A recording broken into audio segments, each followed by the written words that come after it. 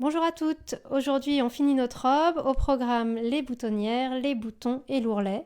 Alors j'ai déjà commencé à coudre deux boutonnières, celle qui est en haut et celle qui est en bas de mon haut chemise et donc je vais répartir trois autres boutonnières.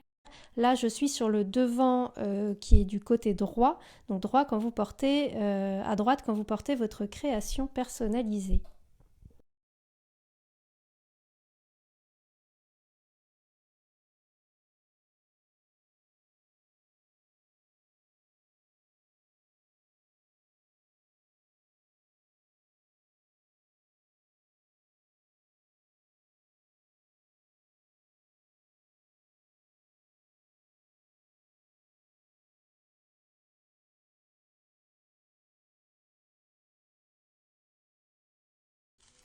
Petite astuce, quand vous faites des boutonnières automatiques à la machine, moi je mets un petit papier de soie juste en dessous, ça aide vraiment à ce que la boutonnière soit plus jolie.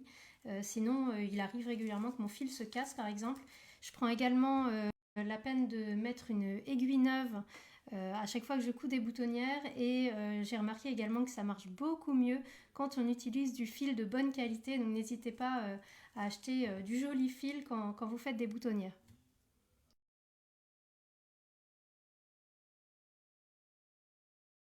Les boutonnières, elles ne sont pas tracées sur le patron parce qu'avec toutes les tailles, les statures, ça ferait beaucoup d'indications et clairement ce serait dur de s'y retrouver.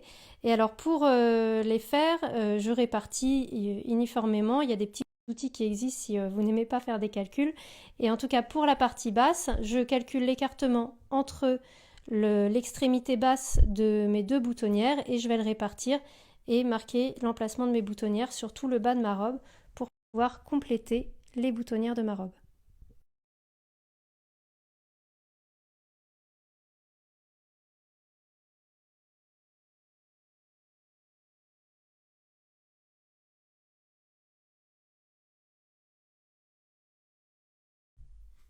Je vais maintenant passer à la couture des boutons sur l'autre patte de boutonnage.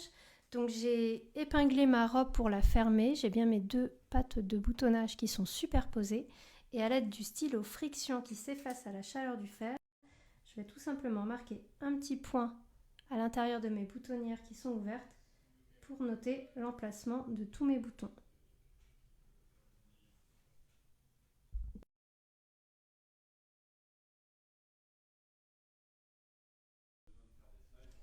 Et voilà, j'ai cousu tous mes boutons à la main. Dernière étape, je vais passer à l'ourlet. C'est la dernière étape, je vais pouvoir faire l'ourlet de ma robe.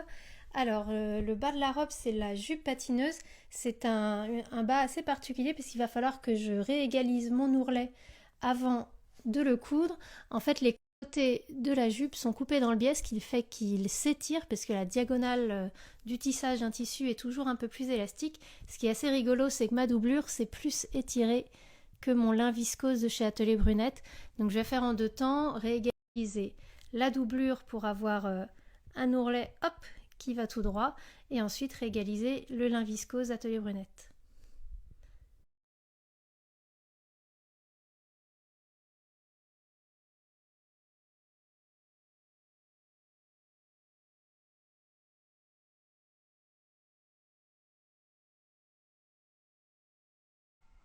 J'utilise beaucoup ce petit stylo qui s'appelle Friction.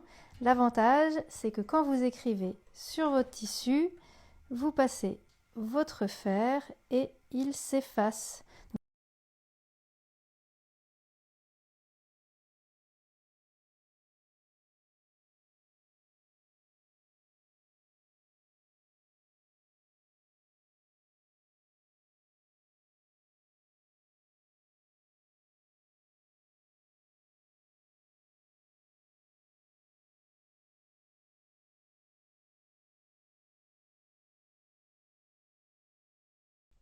J'ai remis ma robe sur le mannequin pour vérifier si ce que j'ai recoupé est plutôt droit. Alors c'est pas si simple à vous montrer en vidéo, mais donc là elle est sur l'envers la robe et donc on voit bien que la doublure je l'ai coupée 3 cm plus courte que mon tissu principal et donc maintenant je vais pouvoir piquer mon ourlet.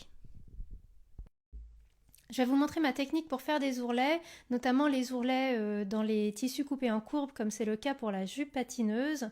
Donc là, ma marge de couture, elle est de 1 cm et je vais donc faire un ourlet mouchoir d'à peu près 5 mm de largeur. J'ai commencé par faire un surjet avec la surjeteuse, il fait 5 mm de largeur, ce sera mon guide pour faire mon ourlet. Et maintenant, à l'aide du fer, je vais plier 2 fois de 5 mm pour former mon ourlet.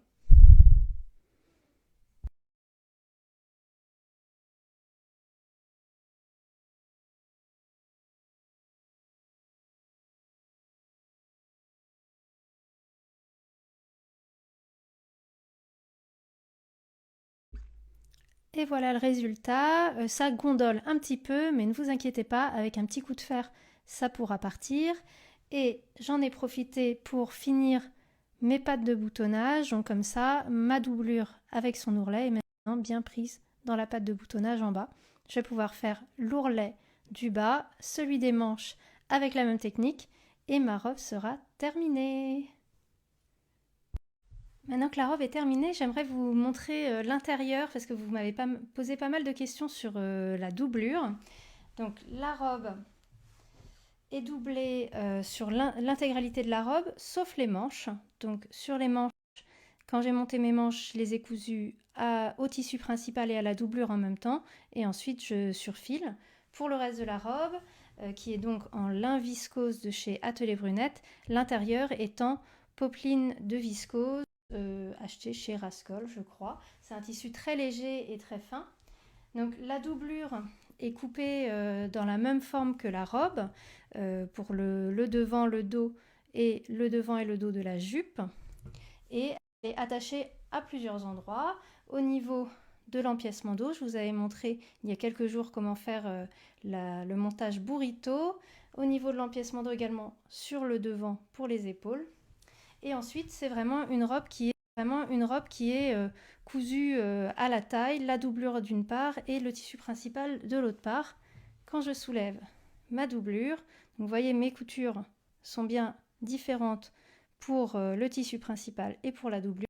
J'ai juste fait quelques points à la main pour attacher ma doublure au niveau de la taille. Ça permet qu'elle ne bouge pas et donc que le devant et le dos ne se mettent pas à vriller et que j'ai des coutures de côté qui restent bien alignées.